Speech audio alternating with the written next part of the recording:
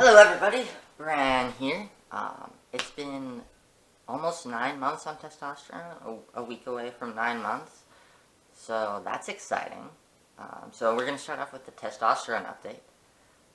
I definitely pass now, like kind of absurd levels of passing almost. We had a diversity and inclusion day training at work on Friday, and we were talking about like how to support a trans coworker, and I said, as the trans coworker, I would blah blah blah blah blah. It doesn't really matter given the context. And I'm still pretty sure that nobody noticed I was trans. Like, I talked about a name change later, and people were like, okay, random name change. Don't know why you would change your name. So that was interesting. Maybe people did notice, but they didn't seem to. So even when I come out, no one notices. So that's interesting. I haven't had a period in 2 months. I think I'm kind of done with periods, which is awesome. They didn't really gradually slow down. They just kind of stopped. So that's also exciting. And I have a little bit of facial hair coming in. I shaved this morning, and also it's not really enough to show up on camera. But yeah, I think it's just general face changes. I have been working out a little bit, not as much as I would like to, but yay, that's happening. I'm still nowhere near as strong as my male coworkers who have been working out, but that's okay. It'll get there. The question of this week, this week that I was going to talk about, moving right along to the question of the week, or month, because I haven't done these in a while, is what is the hardest thing to get used to about transitioning? So, there are a couple things that I've found a little bit weird about transitioning. The first one is using men's bathrooms. I haven't had any bad experiences in men's bathrooms since I started testosterone. The weird thing for me is the fact that I can't use a urinal. Before I started transitioning and using the men's bathroom, it didn't really bother me, that I couldn't stand up. Genitals weren't really my problem. It was everything else. And I still feel that way, but then I also feel weird that I am, the only one in the men's bathroom who has to use a stall to pee. And that's kind of weird to me. New things have started becoming annoying that weren't previously annoying, which is a little unfortunate. The other thing that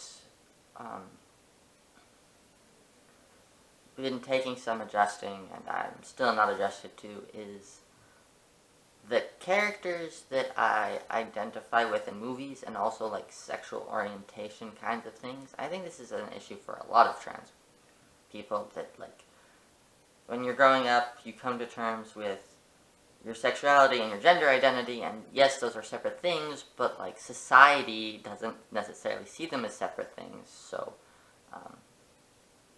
I think I might have talked about this in an earlier video. I have friends who are trans, male, gay, and so before you were straight, but now you're gay, and that's a thing. And then I have some non-binary friends who are well, I still identify, I came out as lesbian, and then I'm non-binary, so can I still use the label lesbian, but it still feels like it kind of fits.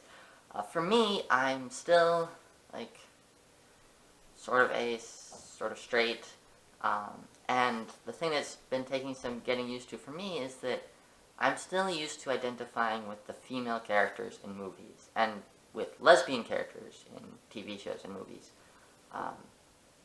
The reason for this is that lesbian characters have discussions about gender and how it relates to relationships, and heterosexual couples usually don't. So there are very few heterosexual people in TV shows or movies who have, the discussion at the beginning of a relationship of, so this is going to be a little bit untraditional, and we're going to need to figure some things out, or, do you really like me? I can't tell. My my roommate and I were having a discussion about dating, and my roommate was like, guys should just know that girls like guys. And it's like, but I can't assume that girls like people like me. Girls can't assume that other girls like girls. Which is heteronormative, but it's also kind of the way our society operates right now. And we do live in a society. So, like, finding characters that I can identify with in TV shows and movies now is kind of weird to me. I'm still trying to figure it out. In real life, like with all my friends, I definitely feel like, oh yeah, I'm just one of the guys, I fit in with the guys. I have lots of male people that I look up to. There are lots of female people who I think are amazing, but like I don't want to be them when I grow up. But then in movies, I have a hard time finding male characters that I identify with. And then it also feels weird to go out and look for male characters to identify with for me, because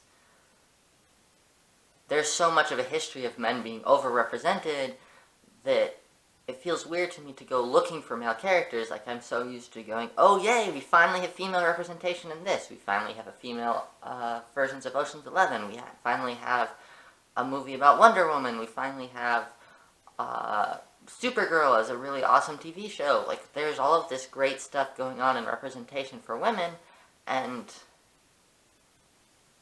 there's a lot of existing representation for straight white men, but I haven't been really paying that much attention to that kind of representation. And like, for me to find characters that I'm going to relate to, I need to start going back and watching like the stuff that we've been spending too much time on. And it feels weird to me to be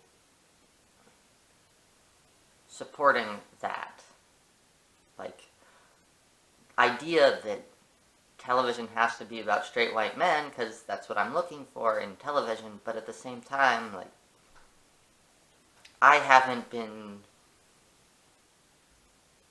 paying enough attention to characters like me and seeing which characters I relate to, which characters I don't relate to, what parts of the traditional male experience I want to emulate, which parts I don't want to emulate.